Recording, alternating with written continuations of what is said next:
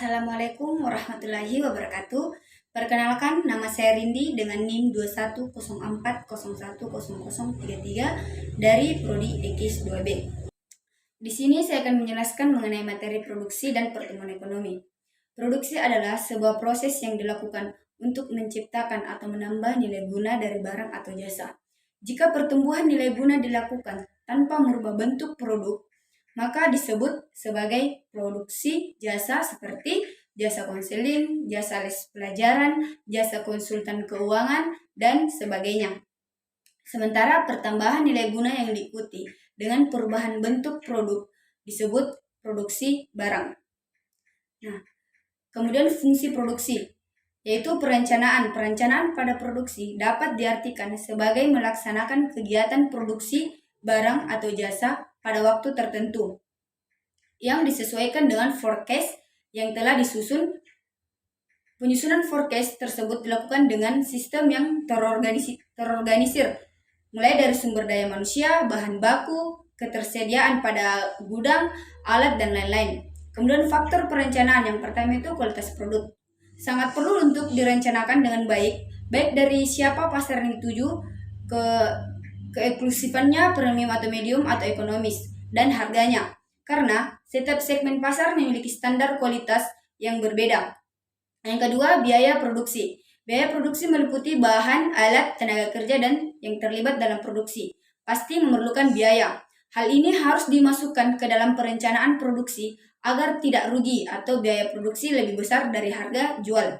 Yang ketiga, waktu pengembangan produk di awal. Meluncurkan produk tidak serta-merta perusahaan langsung mendapat keuntungan.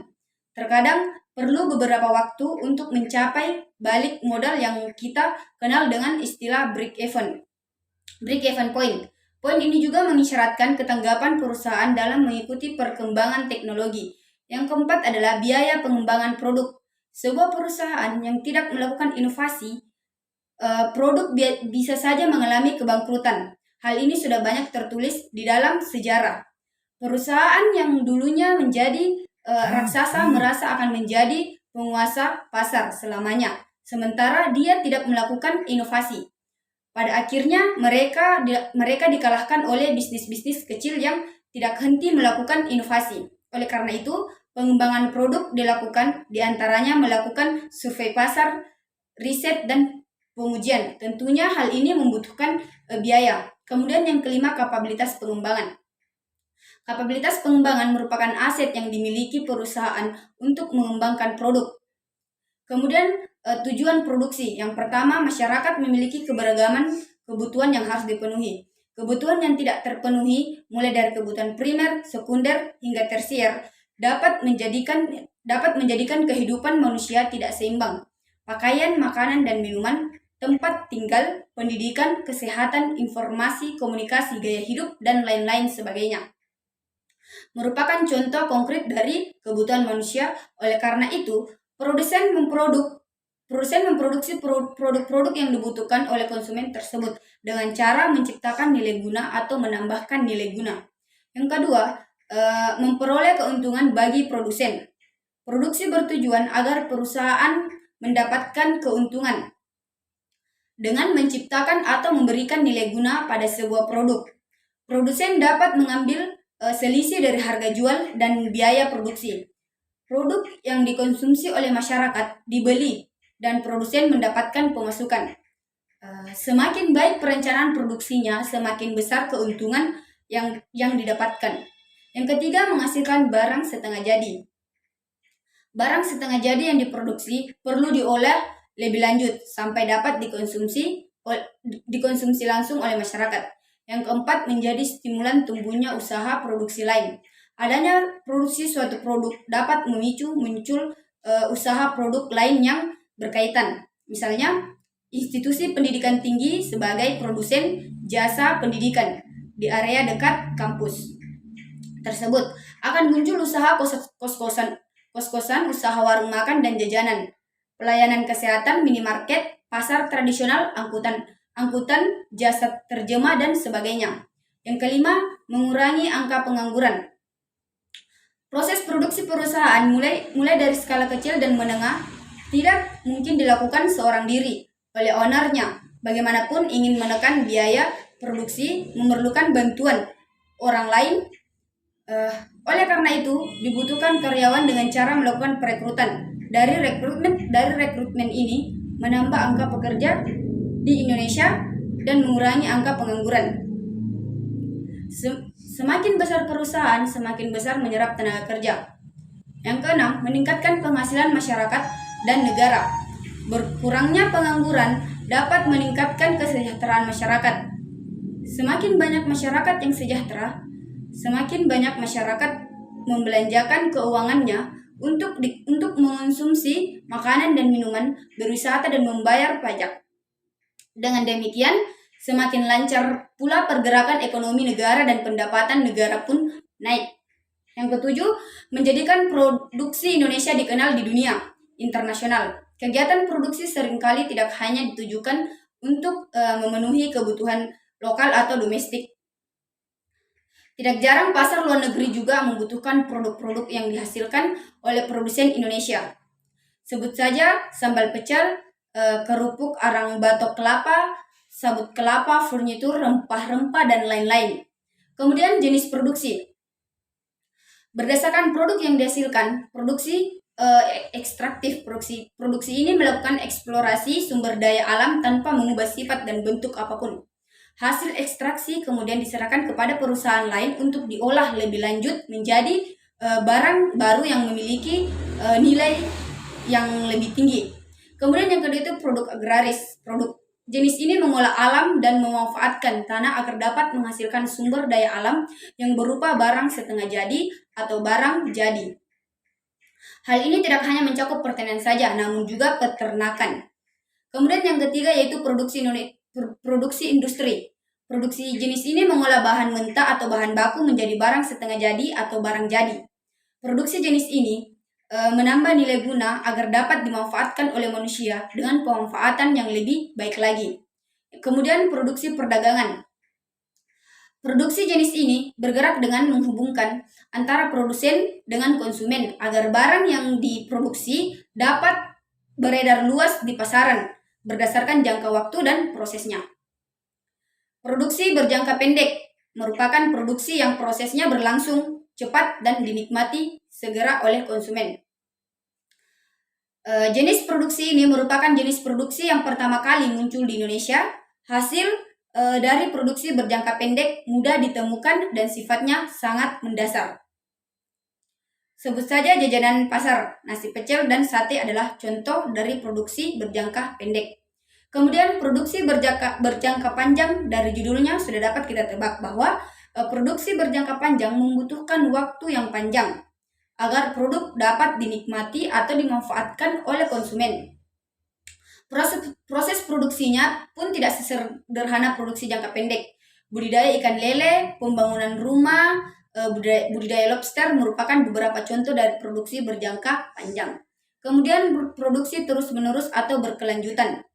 Dalam prosesnya menghasilkan produk, proses, dan waktu yang dibutuhkan memerlukan berkelanjutan yang kontinu.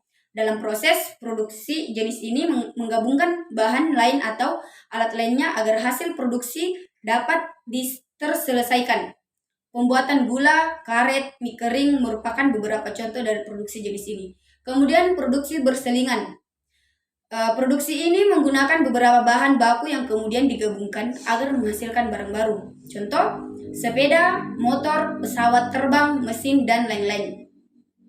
Kemudian faktor yang mempengaruhi produksi. Yang pertama adalah sumber daya alam. Sumber daya alam merupakan segala sesuatu yang terdapat di alam dan manusia. Data memanfaatkannya untuk memenuhi kebutuhan hidupnya. Sumber daya alam menjadi faktor penting dalam produksi karena ketersediaannya mempengaruhi jalannya produksi. Sumber daya alam yang tidak mendukung kebutuhan perusahaan akan membuat biaya produksi naik dan hal tersebut mengakibatkan harga jual tinggi dan tidak kompetitif. Misalkan pabrik pengolahan tambang biasanya tidak jauh letaknya dari pusat penambangan. Pengolahan kayu biasanya tidak jauh dari hutan. Contoh, sumber daya alam seperti air, udara, hewan, tumbuhan, tambang, minyak bumi, dan gas bumi. Yang kedua adalah sumber daya manusia. memegang peranan penting dalam sebuah unit usaha. Produksi tidak akan berhasil jika tidak didukung oleh sumber daya manusia yang memiliki skill. Meskipun SDA melimpah, tetapi SDM yang ada tidak mempunyai kemampuan untuk mengolahnya, maka SDA tersebut tidak akan termanfaatkan dengan optimal. Berdasarkan kualitasnya, SDM dapat terbagi menjadi beberapa kelompok, yakni yang pertama adalah tenaga kerja terdidik. Tenaga kerja yang memiliki pendidikan formal dan resmi dalam melakukan pekerjaan. Ya, contohnya dokter, perawat, apoteker, arsitek, dan dosen. Kemudian tenaga kerja terampil. Tenaga kerja yang memiliki keterampilan tertentu dalam melakukan pekerjaannya. Kemudian keterampilan yang dimiliki ini dapat dari seiringnya berlatih dan mengasah kemampuan. Tenaga kerja terampil tidak harus memiliki pendidikan formal dalam menjalankan pekerjaannya. Contoh, penjahit, chef, dan supir. Kemudian tenaga kerja tidak terdidik dan tidak terlatih. Tenaga kerja yang selama melaksanakan pekerjaannya tidak harus melalui pendidikan formal dan harus memiliki keterampilan tertentu. Contohnya yaitu asisten rumah tangga dan petugas kebersihan. Kemudian keahlian. Agar produksi berjalan lancar, seseorang diharuskan memiliki keahlian. Setidaknya perusahaan yang akan melakukan proses produksi perlu memiliki keahlian dalam perencanaan atau planning, pengorganisasian atau organizing, dan pergerakan accounting, kemudian pengawasan controlling. Kemudian pertumbuhan ekonomi. Pengertian pertumbuhan ekonomi. Pertumbuhan ekonomi merupakan peningkatan nilai serta jumlah produksi barang dan jasa yang dihitung suatu negara dalam suatu kurun waktu tertentu berdasarkan kepada beberapa indikator, misalnya saja naiknya pendapatan nasional, pendapatan per kapita, jumlah tenaga kerja yang lebih besar dari jumlah pengangguran, serta berkurangnya tingkat kemiskinan. Adapun ciri-ciri pertumbuhan ekonomi, yang pertama yaitu adanya laju pertumbuhan penduduk dan produk per kapita yang sangat cepat. Yang kedua, perkembangan produktivitas masyarakat. Yang ketiga, pertumbuhan tingkat struktural yang meleset. Yang keempat, tingkat urbanisasi yang tinggi, adanya ekspansi pada negara maju. Kemudian terjadi arus barang, modal, dan manusia di berbagai negara. Kemudian faktor yang mempengaruhi pertumbuhan ekonomi. Yang pertama itu sumber daya alam atau SDA. Sumber daya alam atau sesuatu yang berasal dari alam mencakup kesuburan tanah, letak dan susunannya, kekayaan alam, mineral, iklim, sumber air, hingga ke sumber kelautan. Bagi pertumbuhan ekonomi, ketersediaan sumber daya alam yang melimpah sangat baik dalam menunjang pembangunan. Kemudian sumber daya manusia atau SDM. Sumber daya manusia berperan sangat penting dalam pertumbuhan ekonomi. Sumber daya manusia atau disingkat juga sebagai SDM merupakan individu produktif yang berperan sebagai penggerak suatu organisasi, baik dalam perusahaan maupun dalam institusi. Yang ketiga adalah akumulasi modal. Nah, akumulasi modal ini sebagai persediaan faktor produksi yang dapat direproduksi. Akumulasi modal sebagai proses penambahan stok modal fisik buatan manusia berupa peralatan, mesin, dan bangunan. Apabila stok modal naik dalam waktu tertentu, maka disebut juga akumulasi modal atau pembentukan modal. Kemudian yang keempat, tenaga manajerial dan organisasi produksi. Organisasi produksi sebagai salah satu bagian penting dalam proses pertumbuhan ekonomi yang kemudian berkaitan erat dengan penggunaan faktor produksi dalam berbagai kegiatan perekonomian. Kemudian organisasi produksi juga dilaksanakan dan diatur oleh tenaga manajerial dalam berbagai kegiatan sehari-hari. Yang kelima adalah teknologi perubahan. Teknologi dianggap sebagai salah satu faktor terpenting dalam proses pertumbuhan ekonomi. Sebab perubahan dan kemajuan teknologi erat kaitannya dengan perubahan dalam metode produksi. Ia akan menghilangkan batas waktu dan ruang yang kemudian memunculkan industri baru yang memanfaatkan perkembangan teknologi. Kemudian yang keenam adalah faktor politik dan administrasi pemerintah. Struktur politik dan administrasi yang lemah merupakan penghambat besar bagi pembangunan ekonomi suatu negara. Politik yang berada dalam kondisi yang tidak stabil serta pemerintahan yang korup tentunya akan sangat menghambat kemajuan ekonomi. Metode pengukuran pertumbuhan ekonomi. metode pertumbuhan. Kesuksesan suatu negara dilihat dari pertumbuhan ekonominya. Pertumbuhan ekonomi harus berada dalam fokus perhatian untuk kemudian ditingkatkan secara terus-menerus karena menjadi indikator keberhasilan kinerja pemerintah serta jajarannya dalam menciptakan kehidupan yang sejahtera dan menuju keadaan yang lebih baik serta sejahtera dari waktu ke waktu bagi para rakyatnya.